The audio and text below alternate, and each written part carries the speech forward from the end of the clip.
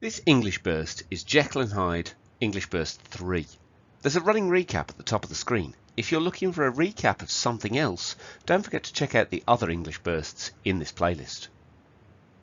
This English burst builds on the idea that you have some basic knowledge about the characters. Dr. Henry Jekyll, a respected member of the community who appears to be hiding some secrets. Mr. Utterson, a lawyer who, after the mysterious door and the incident of the blackmail, decides that his friend might be in trouble and seeks information from Dr. Henry Jekyll. Mr. Richard Enfield, their friend, the man who witnessed Mr. Hyde trampling an 8-year-old girl and who initially started that chain of mysteries around the character, and Edward Hyde, a man we know is violent, a man we know very little about, apart from he creates this sense of fear and horror in the people who look at him. In this chapter, the clue is all in the title. There is a year's gap between this chapter and the rest of the novel.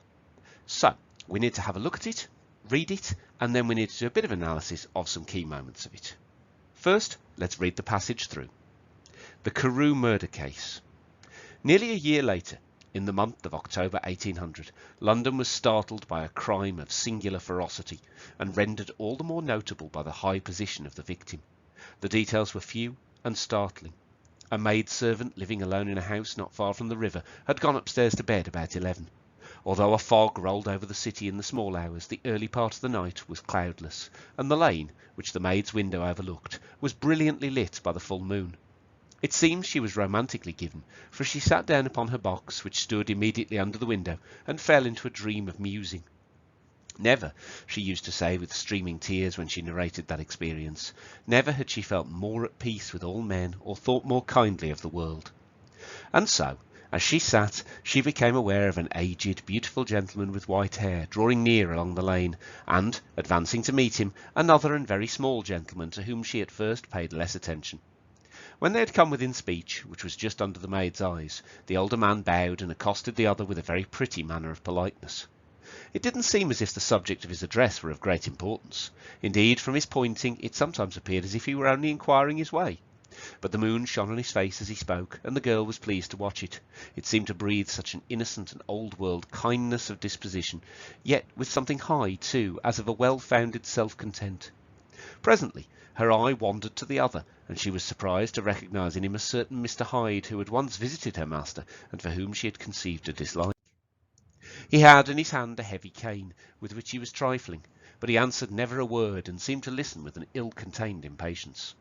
Then, all of a sudden, he broke out in a great flame of anger, stamping with his foot, brandishing the cane, and carrying on, as the maid described it, like a madman. The old gentleman took a step back, with the air of one very much surprised and a trifle hurt, and at that Mr. Hyde broke out of all bounds and clubbed him to the earth. And, next moment, with ape-like fury, he was trampling his victim underfoot and hailing down a storm of blows, under which the bones were audibly shattered, and the body jumped upon the roadway. At the horror of these sights and sounds, the maid fainted. It was 2 o'clock when she came to herself and called for the police. The murderer was gone long ago, but there lay his victim in the middle of the lane, incredibly mangled. The stick with which the deed had been done, although it was of some rare and very tough and heavy wood, had broken in the middle under the stress of this insensate cruelty, and one splintered half had rolled in the neighbouring gutter, the other, without doubt, been carried away by the murderer. A purse and gold watch were found upon the victim, but no cards or papers, except a sealed and stamped envelope which he had probably been carrying to the post, and which bore the name and address of Mr. Utterson.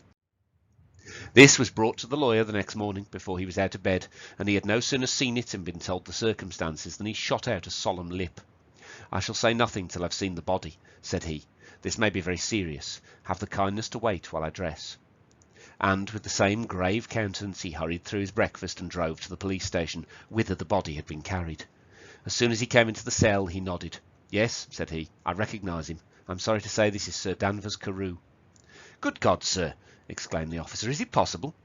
And the next moment his eye lighted up with professional ambition. "This will make a deal of noise," he said, "and perhaps you can help us to the man." And he briefly narrated what the maid had seen and showed the broken stick. Mr. Utterson had already quailed at the name of Hyde, but when the stick was laid before him he could doubt no longer. Broken and battered as it was, he recognised it for one that he had himself presented many years before to Henry Jekyll. Our next job is to explode this quotation. So I've given you a big quotation here. You wouldn't normally explode a quotation of this size, but what I've done is I've broken it down and given you some green bits to focus in on. Let's have a look. Then all of a sudden he broke out in a great flame of anger, stamping with his foot and brandishing the cane and carrying on, as the maid described it, like a madman. The old gentleman took a step back with the air of one very much surprised and a trifle hurt.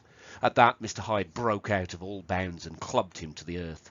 And next moment, with ape-like fury, he was trampling his victim underfoot and hailing down a storm of blows, under which the bones were audibly shattered and the body jumped upon the roadway.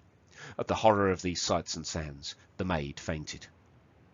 What you should do here is pause the video and collect your initial thoughts. What do you think about the language in green? Why is it there? What effect does it have on the reader? Once you've had the thought and gathered some notes, we're going to unpause and have a look at how to construct that into a paragraph using key sections. Pause now, have your initial thoughts, then unpause and we'll look at the next step. Here, you want to consider now how to fit your ideas across to a paragraph. So, with both on the screen, what you ought to do here is pause and work out, of the green bits, which are the best bits to explore and analyse. Which ones do you have most to say? Which ones link together? Which ones make a sensible pattern? Once you've done that piece of thinking, there are some sentence stems that are quite tightly structured in the next section of the video to guide you through to producing a paragraph of your own. Unpause when you're ready. Now it's time to explain. Your key question is at the top. How does the writer present violence in Jekyll and Hyde? And here you have a range of sentence stems, the ones we normally use within the department, and the quotation which I've selected, and again is quite long. And next moment, with ape-like fury, he was trampling his victim underfoot and hailing down a storm of blows, under which the bones were audibly shattered and the body jumped upon the roadway. What you should do here is to pause this, work your way through these and create yourself a shaped and interesting paragraph. You can repeat steps 3 and 4 and 5 as often as you want in order to cover more of the bits of language. You shouldn't just limit yourself to one repetition of them, because that won't necessarily give you the depth that you're capable of. Once you've done that, you should show it to someone, probably your English teacher, for some feedback. Best of luck. If you need us, as always, email us.